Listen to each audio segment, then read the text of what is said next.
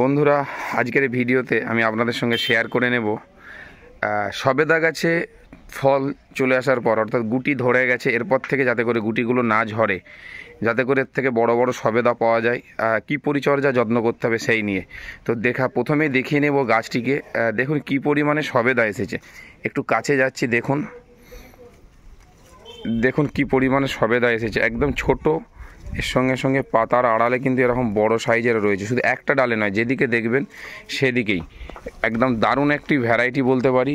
আর সত্যি কথা বলতে কি, এটা একদম যেন লিচুর মতো ধরে রয়েছে। দেখুন এই ডালটাতে একটু লক্ষ্য করে দেখুন কি পরিমাণে হয়েছে। একদম প্রচুর পরিমাণে কিন্তু সবেদা হয়েছে। তো ঘটনা হচ্ছে, এই গাছে এই ছোট বড় বিভিন্ন সাইজের সবেদা আছে, গোটা গাছ ভরে গেছে একেবারে। আর গাছটিকে প্রথমে একটু দেখিয়ে নিই। লাগানো রয়েছে দেখুন এরকম একটা ড্রামকে কেটে। তো এই প্রচুর পরিমাণে সবেদা আসার পর এই সবেদাগুলিকে আমাদের খাওয়ার যোগ্য করে তুলতে গেলে কিছু এক্সট্রা পরিচর্যা করতেই হবে।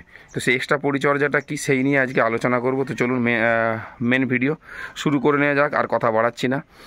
প্রথমেই বলে নিই, এই গাছ থেকে সব সবেদাগুলিকে বড় বড় করতে গেলে প্রথমেই লাগবে আমাদেরকে কিছু এক্সট্রা খাবার দিতে হবে। কারণ গাছের যা হাইট, তার থেকে কিন্তু ফলের পরিমাণ, বা গাছের যা বয়স, তার থেকে ফলের পরিমাণ অনেক বেশি হয়ে গেছে।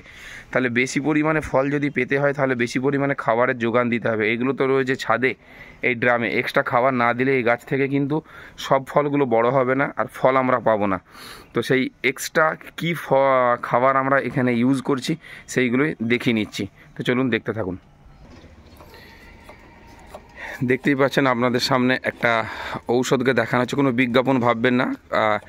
এই হচ্ছে একটা মাল্টিভিটামিন জাতীয় খাবার। এতে আছে NPK 11-11-8। এর সঙ্গে এছাড়াও রয়েছে জিঙ্ক আছে, বোরন আছে। তো এই খাবারটা এতে এখন স্প্রে করব গাছে 1 লিটার জলে 3 ml। তো এটা লিকুইড ফরমেশনে রয়েছে। 3 ml নিয়ে আমি এখন গাছে স্প্রে করব। আর গোড়ায় খাবার কি দেব সেটাও বলে নিচ্ছি। দেখুন আমি এটা গুলে নিয়েছি এইভাবে, আর এই ছোট হ্যান্ড স্প্রেতে এবার আমি এটাকে কিন্তু এইভাবে স্প্রে করতে থাকবো।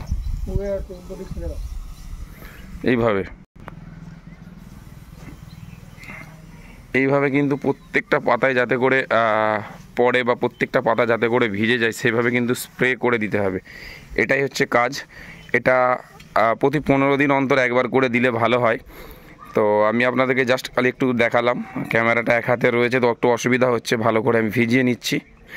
আর গোড়ায় যে কি খাবার দেব সেটাও আপনাদের সঙ্গে কিন্তু শেয়ার করে নিচ্ছি।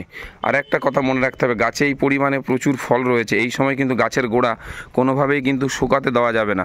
অর্থাৎ শুকানো মানে এই নয়, প্রচুর পরিমাণে জল দেওয়া যাবে না। সঙ্গে সঙ্গে মাটি যেন একেবারে শুকনো খটখটে না হয়ে যায়, সেদিকটাও কিন্তু খেয়াল রাখতে হবে। দেখুন গাছের গোড়ার মাটিটা কেমন ভিজে রয়েছে, জল কিন্তু জমে নেই। কিন্তু দেখুন হাতে করে যদি দেখায় দেখতে পাবেন ঝুরঝুরে মাটি, কিন্তু মাটির মধ্যে রস রয়েছে। এটাকে মেনটেন করার চেষ্টা করবেন। অর্থাৎ গোড়ায় রস থাকবে কিন্তু জল জমে থাকবে না। আর এই ফল থাকা অবস্থায় গাছে কিন্তু কখনোই নাইট্রোজেন সমৃদ্ধ খাবার যদি দিতেও হয় বা ইচ্ছাও করে, একদম অল্প পরিমাণে দেবেন। চিন্তা করবেন একটু পটাশ সমৃদ্ধ খাবার দিতে, তাতে করে কী হবে, ফলগুলো ভালো করে থাকবে, ঝরবে কম। দেখুন দেখাচ্ছে কিভাবে ফলগুলো ধরেছে। দেখুন এরকম একদম সেই লিচুর থোকার মতো হয়ে ফল ধরেছে। ফলের ভারে গাছে ডালগুলো নুয়ে গেছে। তো কেমন লাগলো অবশ্যই কমেন্ট করে জানাবেন। ধন্যবাদ।